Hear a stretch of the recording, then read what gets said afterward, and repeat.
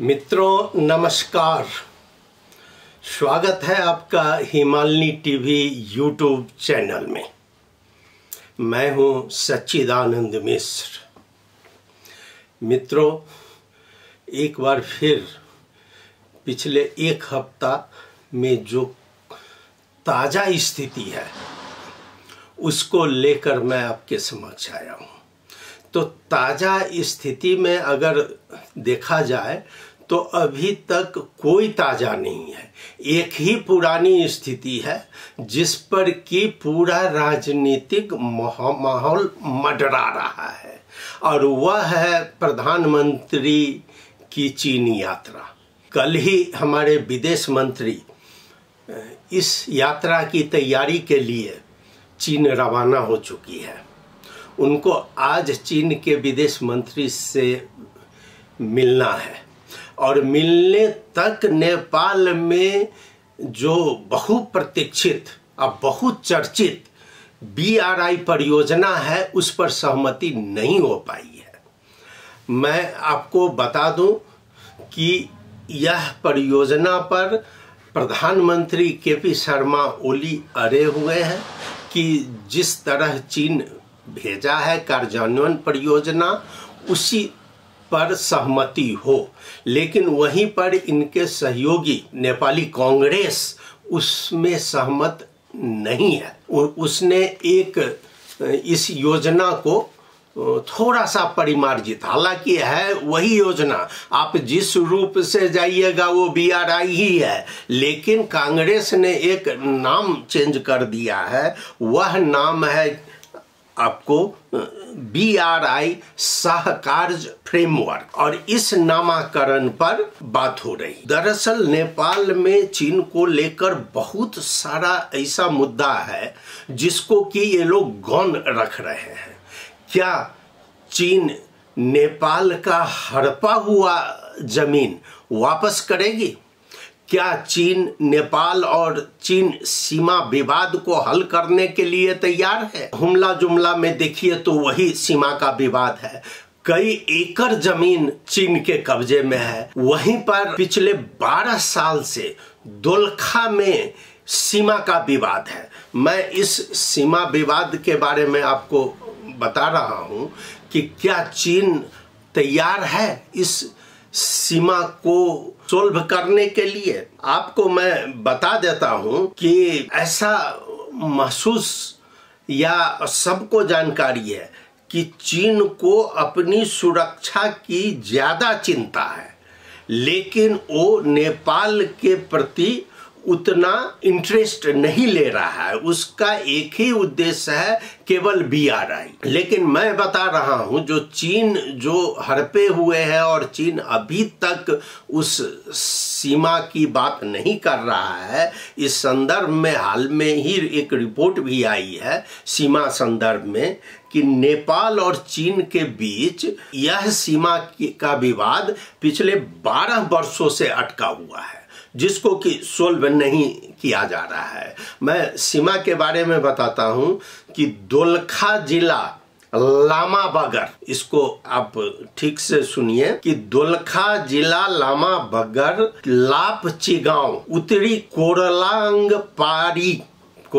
पारी उसका नाम है टिप्पा, जो कि 57 से 38 मीटर 5738 मीटर में सीमा स्तंभ था, उसको गाड़ना था और नेपाल की ओर से, और वह सीमा स्तंभ 57 पिलर, लेकिन वहां पर वह सीमा स्तंभ को गायब कर दिया गया है और एक पहाड़ पर जो चट्टान जैसा है उस पर 57 अंकित कर दिया गया है, और यह है चाइना के द्वारा किया गया है। अब आपको मैं बता दूं कि ये जो वहां पर जमीन हड़पा गया है उसमें नेपाल का दावा है कि करीब 6 हेक्टेयर जमीन उसके कब्जा में है और बाद बाकी जमीन को बर्बाद कर दिया गया है।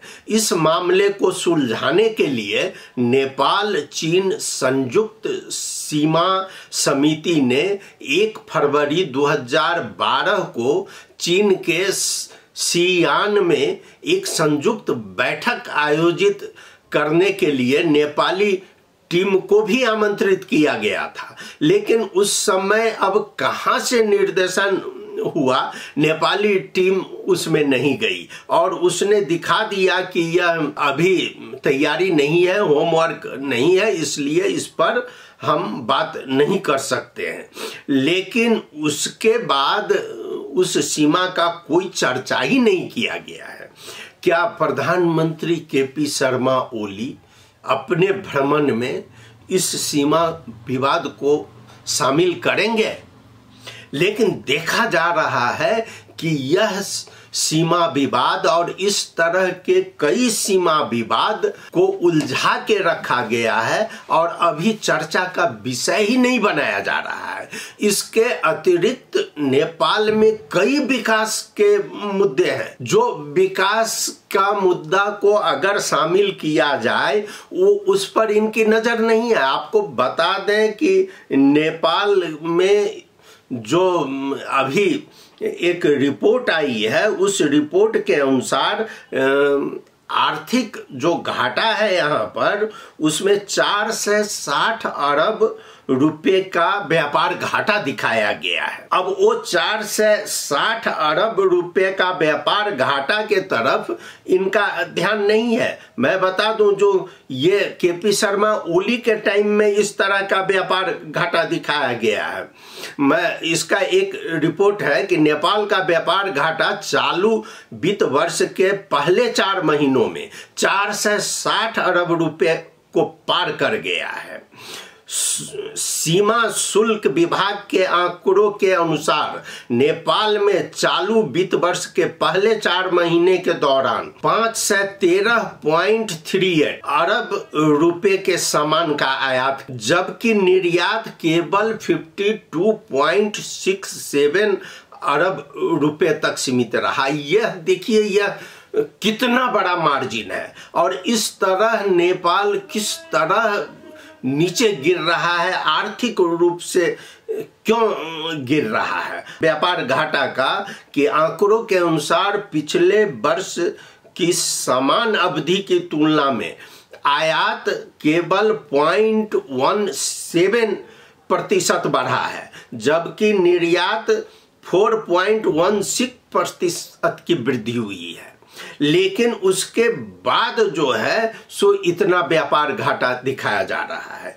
तो इस व्यापार घाटा पर किसी की ध्यान नहीं जा रही है। लेकिन अभी जो लोग इसमें लगे हुए हैं उनका केवल और केवल एक ही उद्देश्य है कि BRI को कैसे पारित किया जाए। और अगर आप नेपाल के पत्र पत्रिकाओं को एक अंदाज लीजिएगा इसका पिछले 1-2 हफ्ता का, तो प्रत्येक दिन 1 या 2 आर्टिकल सभी पत्रिका निकालता है और वही BRI को लेकर कि इसमें सहमति हुई, इसमें सहमति नहीं हुई। दोनों तरफ से व्यक्ति है जो कि अपना अपना दलील दे रहे हैं।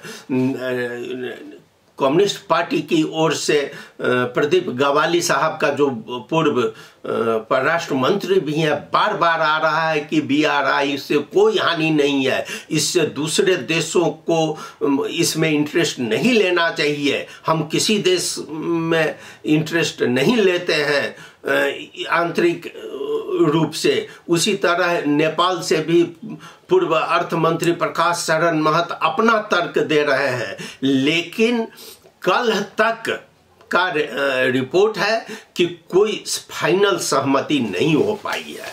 अब BRI पर बहुत सारा आर्टिकल सब आया है। मैं आज आपको कुछ आर्टिकल ऐसा रख रहा हूं जो BRI संबंध में ही है कि BRI बिना संबंध असंभव कह के टॉपिक है। यह है इंदिरा अधिकारी जी का। अब बहुत अच्छा उन्होंने इसमें लिखा है, मैं आपको बता दूं, और उनका जो मूल्यांकन है वह भी बहुत सही तरीका से। यस कुरालाई तत्कालीन प्रधानमंत्री दाहाल चीन संघ को संबंध बारे अहिले देखाई रहे जस्तो प्रष्ट रूप देखने मात्र तत्कालीन समय में विपक्ष में रहेको अहिलेको प्रधानमंत्री को भनाई भूमिका र चेहरा पढ़ेर बताउन सकिन्छ। इनका इसमें लिखना है, पहले जो प्रधानमंत्री जो चाइना गए हैं, जो हस्ताक्षर किए हैं, चाहे वो ओली साहब गए हों, तो उनका और अभी उस समय का चेहरा और अभी का चेहरा अगर आप ठीक से देखिएगा तो चेहरा ही बताती है कि वह किस तरह बदलते हैं। उनका इसमें यह भी कहना है कि पिछली बार जबकि पूर्व प्रधानमंत्री के रूप में ही यहाँ माधव कुमार नेपाल और प्रधानमंत्री पूर्व चीन का भ्रमण किए। भ्रमण के दरमियान 2 दिन का भ्रमण को 9 दिन तक बढ़ा दिया गया, और बढ़ाकर जब यहाँ पर आते हैं तो उनका रूप रंग सब बदला हुआ है। बताया जाता है कि जो प्रधानमंत्री पूर्व प्रधानमंत्री माधव कुमार नेपाल, दाहाल के एकदम नजदीकी व्यक्ति, वो माधव कुमार नेपाल हाथ मिलाने से, ओली साहब से हाथ मिलाने से कतराते थे। ओली साहब को कभी नमस्कार का भी वापस नहीं किया, और वह माधव कुमार नेपाल जब इस बार बैठक हुई है तो सबसे आगे सीट पर बैठकर ओली साहब के यहाँ पहुंचे और ओली साहब से एकदम मिलकर वो कहते हैं कि किसी भी हालत में BRI पास होना चाहिए। माधव कुमार नेपाल का यह भी कहना है कि जो कांग्रेस तर्क दे रहा है, यह जरूरी नहीं है कि कांग्रेस की हर बात मानी जाए। कांग्रेस की बात नहीं मानकर भी BRI जो जैसा चाइना भेजा है उसी रूप में पारित किया जाए। ये माधव कुमार नेपाल का वर्षन है, और उनका बड़ी टोन जो है उससे पता चलता है कि नेपाल को भी अपना समस्या है और इसके पास बहुत परियोजना है, जिस परियोजना को वो आगे बढ़ा सकता है और मांग सकता है, लेकिन वो क्यों नहीं मांग रहा है। आइए मैं यही इंदिरा अधिकारी जी का जो आगे कहना है उन्हीं का प्रस्ताव मैं आपके समक्ष रख रहा हूं। यस अघि नेपाल ले प्रस्ताव गरेको परियोजना किन अगाडि बढेनन्। जो नेपाल भेजा था, स्वयं ओली साहब भी 35 योजना भेजे थे, तो क्यों चाइना उसको काट दिया, क्यों हटा दिया, उसको 9 परियोजना में रख दिया। तो इस पर प्रश्न चिन्ह हो रहा है और नेपाल में आवाज उठ रही है। चीनिया रुचि का परियोजना न भय का कारण हो, ती चीनिया रुचि का परियोजना न भएको कारणले हो भन्ने छरपष्ट भइरहँदा पनि यस सम्बन्धमा नेपाली मौनता रोचक र तज्जुब देखिन्छ। वास्तव में जो वह परियोजना नहीं पास हुई तो ये नेपाली उसके बारे में मौन है, तो ये मौन भी कुछ मतलब रखता है। इसमें उन्हीं का कहना है, अहिलेसम्म के शक्तिशाली देखने चीन का राष्ट्रपति चिनफिङ 19 में नेपाल आउँदा सहमति भएको भनिएको 3.5 अर्ब चिनिया RMB हालको विनिमय दरमा झन्डै 70 अरब अनुदान 2076 असोजदेखि आजसम्म कुरिरहेको छ। 2076 में जो चिनिया का यही राष्ट्रपति आकर 70 अरब योगदान की घोषणा करके गए थे, लेकिन वह 70 अरब रुपया से 70 रुपया भी नहीं आया है। आखिर वह परियोजना क्यों रुका हुआ है? उस परियोजना को चाइना ने क्यों स्वीकृति नहीं दी?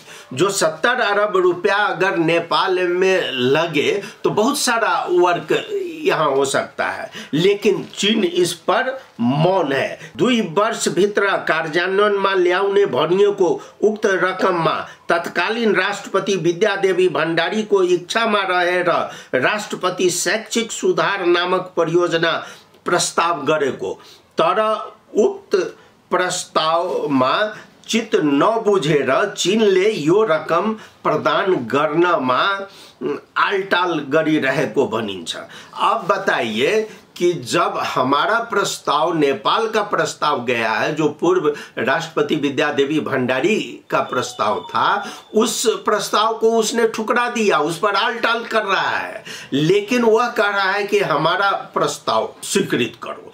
अब जब चीन का प्रस्ताव के अनुसार होगा तो हमारा विकास तो अंधकार में चला जाएगा। हर बात अगर उसी के थ्रू अगर हम करें तब नेपाल का विकास कैसे होगा? हम जिस परियोजना को नेपाल की जरूरत है उस परियोजना को यदि हम आगे नहीं करेंगे, उस परियोजना पर को हम हाईलाइट नहीं करेंगे और उसमें अगर चीन मदद नहीं करता है तो इस BRI का क्या मतलब हुआ? और इसके लिए हमारे प्रधानमंत्री बहुत ही व्याकुल है कि हम चीन जाकर इस पर हस्ताक्षर करें। अब आज शुक्रवार को अंतिम बैठक कहा गया है। अब पता नहीं वो केवल शब्दावली चेंज होगा या वास्तव में इसके अंदर की कुछ और बात है, यह तो बाद में देखने में आ जाएगा। लेकिन संभवतः प्रधानमंत्री KP शर्मा ओली इतना गलत काम नहीं करेंगे जिससे कि देश 2 भाग में बट जाए और यह BRI एक विवाद का केंद्र हमेशा बना रहे और इसमें चीन को भी थोड़ा सावधान और उसको जो लचीलोपन नेपाली में कहता है उनको सॉफ्ट मुलायम होना ही पड़ेगा कि नेपाल के हित में क्या काम कर रहा है, कौन सा परियोजना है, वह नेपाल को चाहिए। अब आप देख ही रहे हैं जो उसका चीन का कल ही आया है एक प्लेन का और उसका अनुदान का जो यहाँ पड़ा हुआ है और उसके लिए अभी तक नेपाल टैक्स तीर रहा है।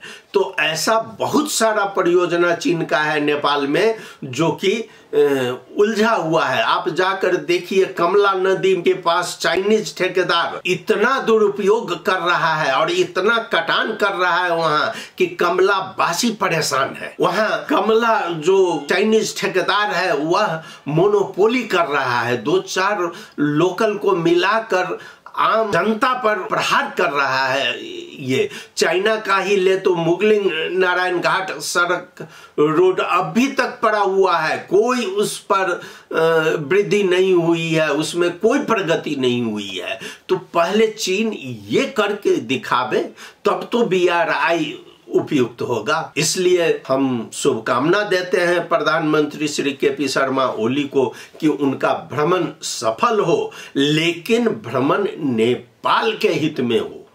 ऐसा नहीं कि उस पर हस्ताक्षर करके आवे। हमारा 2 राष्ट्र है, स्वाभाविक रूप से जो हमारा विशेष संबंध भारत से है वह चीन से नहीं है। इस चीज को मानकर और इस चीज को समझकर हमारे प्रधानमंत्री वहां हस्ताक्षर करेंगे, यही हमारी आशा है। मित्रों, आपने सुना, आपको बहुत बहुत धन्यवाद। नमस्कार।